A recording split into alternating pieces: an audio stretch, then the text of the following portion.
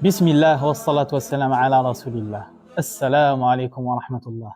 Donc, on se retrouve pour cette nouvelle série qui a pour objectif d'expliquer les principes fondamentaux de l'islam à quelqu'un qui est intéressé par l'islam, ou bien quelqu'un qui s'est récemment converti, ou bien même quelqu'un qui est né musulman, mais qui n'a pas eu la chance et l'opportunité d'apprendre sa religion correctement.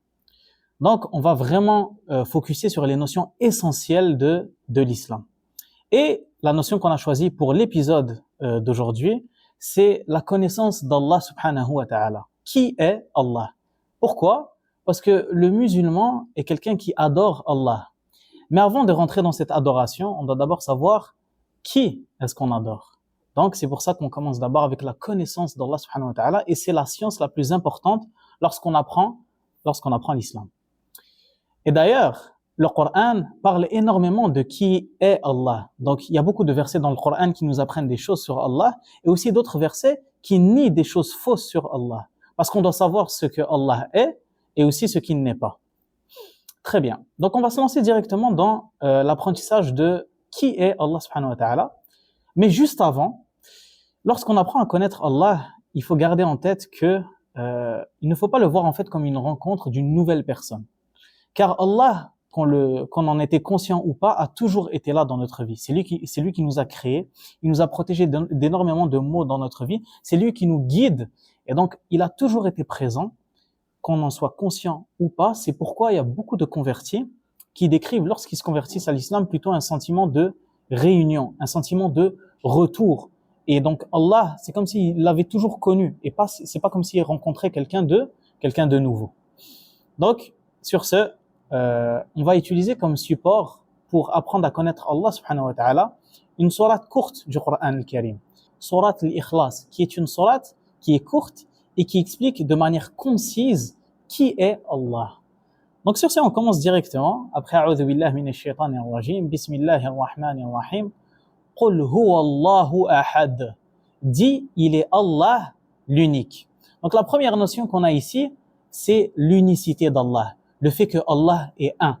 En islam, c'est la notion la plus importante. On est très fiers de dire qu'on est la seule réelle religion monothéiste. On a un monothéisme qui est pur. Allah est seul, il n'a pas d'associé, il n'a pas d'enfant, il prend les décisions de ce qu'il fait seul, personne ne l'assiste, et lorsqu'il décide quelque chose, elle se produit. Donc ça, c'est une notion très importante et fondamentale en islam.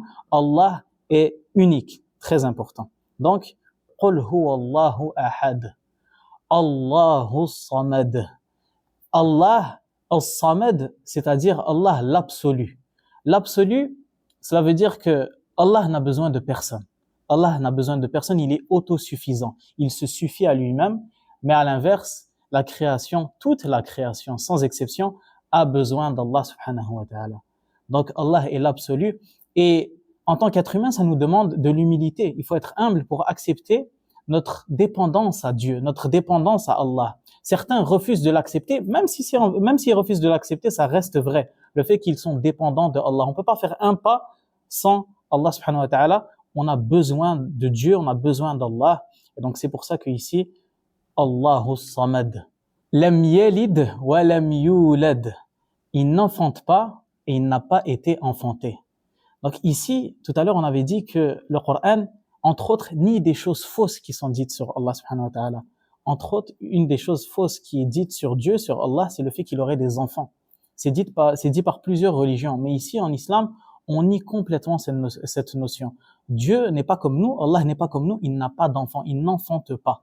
Donc ça, c'est très important. Et aussi, il n'a pas été enfanté. Encore une fois, Allah n'est pas semblable à sa création. Il n'a pas été enfanté, il n'a pas été créé, car il est le créateur. Et donc, Allah a toujours été là, et il sera toujours là. Donc, très important comme notion. Lam yalid wa lam yulad. Et ensuite, dernier verset. Wa lam yakul lahu kufuwan ahad. Et nul n'est semblable à lui. Rien n'est semblable à Allah. Encore une fois, une notion extrêmement importante de la théologie en islam, de ce qu'on appelle la aqida, le dogme en islam, c'est le fait que on ne peut pas représenter Allah. On ne peut pas imaginer Dieu, on ne peut pas imaginer Allah. C'est pour ça que lorsque vous allez rentrer dans une mosquée, par exemple, il n'y aura pas de représentation de Dieu. on ne représente pas Dieu parce que ce n'est pas approprié pour Dieu de le représenter avec des choses de notre monde.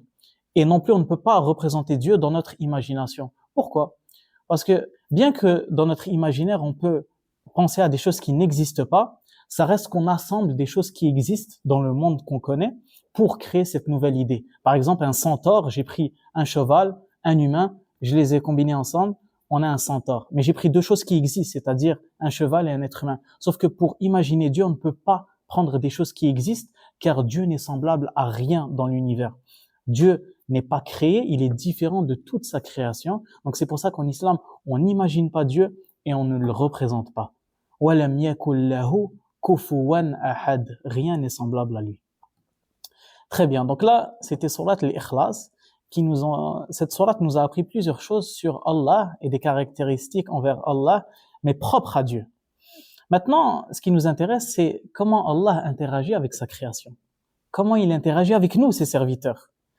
Et ici, il y a deux choses à dire. La première, c'est que Allah est miséricordieux, infiniment miséricordieux. Comme on a dit au début, Allah a toujours été là dans notre vie, qu'on en était conscient ou pas.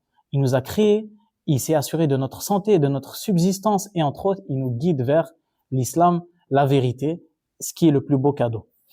Donc Allah est bon envers ses serviteurs. Mais la deuxième chose qu'on doit mentionner, c'est que cet amour n'est pas inconditionnel. Si on prend deux personnes, une personne qui agit bien envers les autres et une autre personne qui agit de manière obscène, hideuse envers les autres, Allah ne va pas se comporter de la même manière envers les deux. L'amour d'Allah pour les deux ne sera pas le même. Pourquoi? Par justice. Et quelqu'un pourrait se demander, mais est-ce que c'est pas contradictoire avec sa bonté et sa miséricorde, le fait qu'il puisse punir et châtier? Et la réponse se trouve dans une autre caractéristique d'Allah, c'est le fait qu'il est l'infiniment juste. Et pour appliquer la justice, on doit avoir la capacité de punir et d'appliquer des sanctions. Et en tant qu'être humain, on a la capacité d'agir comme bon nous semble. Et certaines personnes décident de mal agir. Et donc Allah, pour être juste, doit punir et sanctionner certaines personnes par justice. Donc ce n'est pas contradictoire. Et on peut se demander, mais laquelle des deux caractéristiques est plus importante que l'autre, ou bien est-ce qu'elles s'équivalent? Eh bien la réponse, c'est Allah lui-même qui le dit, lorsqu'il dit que sa miséricorde a pris le dessus, a dépassé son châtiment et sa colère. Donc la miséricorde d'Allah est plus grande que sa colère. C'est pour ça qu'en tant que musulman, on doit espérer la miséricorde d'Allah, mais aussi ne pas se sentir à l'abri de son châtiment, donc ne pas faire preuve d'arrogance. Donc, ça a résumé qui était Allah en quelques points. Donc, on a dit que Allah était unique, très important. On a dit que Allah n'a pas été enfanté et Allah n'enfante pas, que Allah était absolu, donc tout le monde a besoin d'Allah, mais Allah, lui, est autosuffisant, il n'a besoin de personne. On a mentionné que Allah, subhanahu wa ta'ala, n'est semblable à rien dans l'univers, donc on ne peut pas imaginer ou représenter Allah. Et on a parlé du fait que Allah était infiniment miséricordieux, mais que par justice, il pouvait aussi châtier ou punir, mais que sa miséricorde dépasse son châtiment. Donc, barakallahu fikum, wassalamu alaykum wa rahmatullahi. سبيل الدموع سبيل مريح تنهدى يا صاحي كي تستريح وبث الدعاء